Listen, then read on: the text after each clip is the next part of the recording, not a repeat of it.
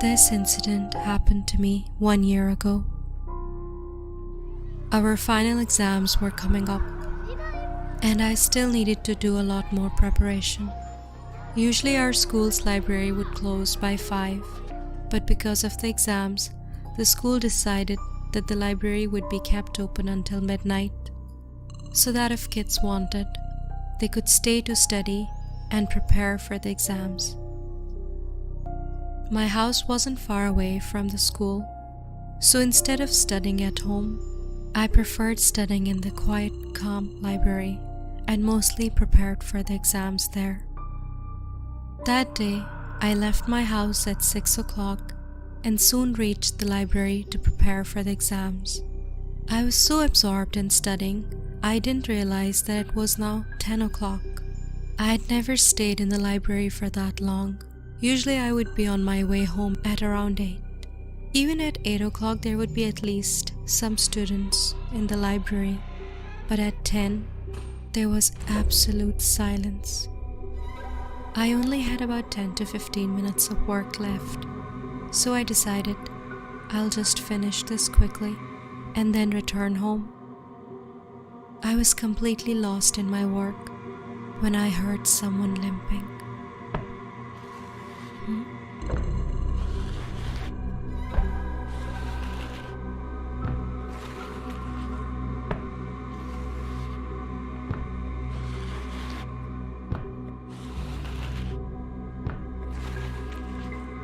I quickly grabbed my books and ran out of the library.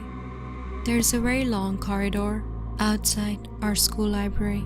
At the end of that corridor, when you turn right, you'll find the school exit door. I went through the corridor and was quickly getting near the exit when I saw a woman standing at the end of that corridor.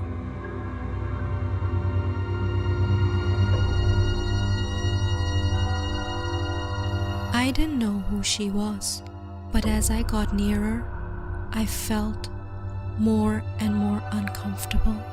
I got so uncomfortable that I called out, "Who's there?"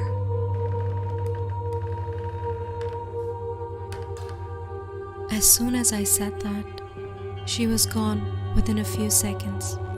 I sighed a breath of relief and continued out the front door. Due to exhaustion and hunger, I couldn't even walk properly, but I noticed that the street was strangely completely empty, which was extremely odd because this street is normally very busy. Even at night you can see people walking on the street. Due to panic and fear, I kept looking at the ground while walking. I was nearly home when suddenly I saw a shadow on the ground stretching out to me, even though there was no one around me.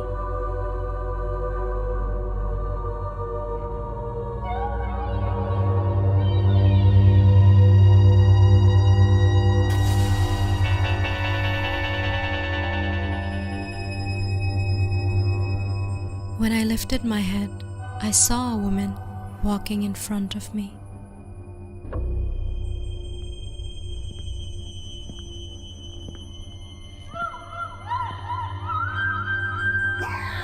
I found her very strange. She looked as if she was disabled and that she was having trouble walking.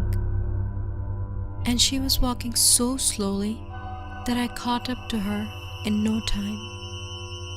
Now I was so close to her that I could see her clearly. She was wearing tattered, dirty clothes, and her hands and feet were twisted.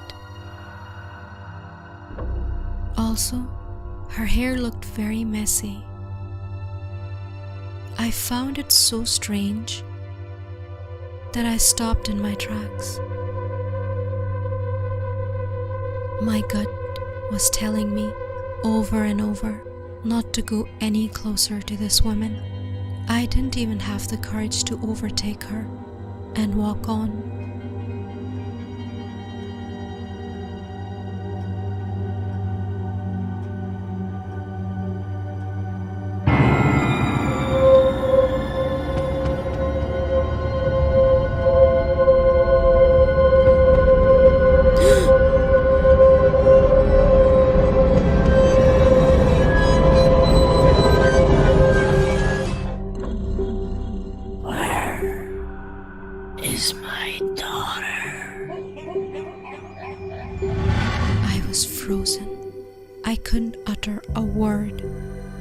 shock.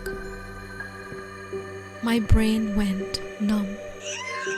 I didn't know how to answer her strange question.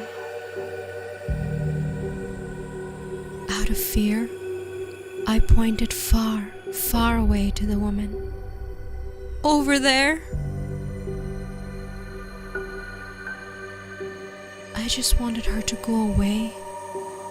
She limped to where I had pointed to her, and she walked so far away that I couldn't see her anymore.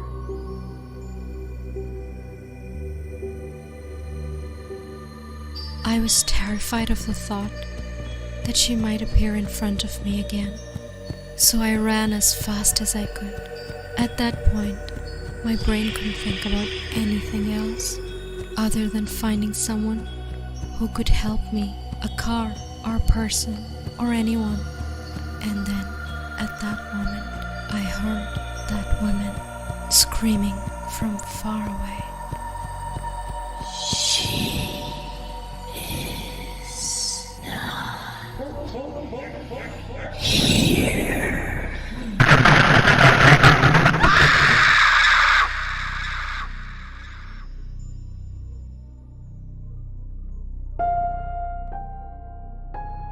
After that, I remember nothing.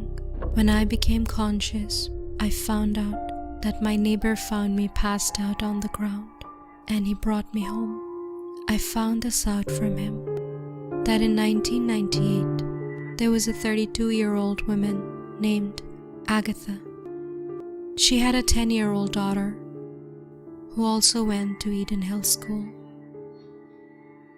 One day, while playing with her friends, she had an accident and died. Agatha couldn't bear the thought of losing her child.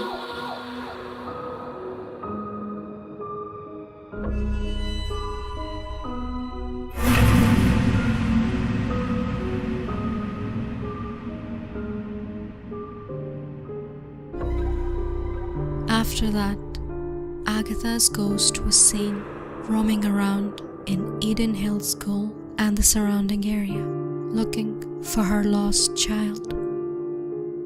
She's still wandering, hoping to be reunited with her daughter once again.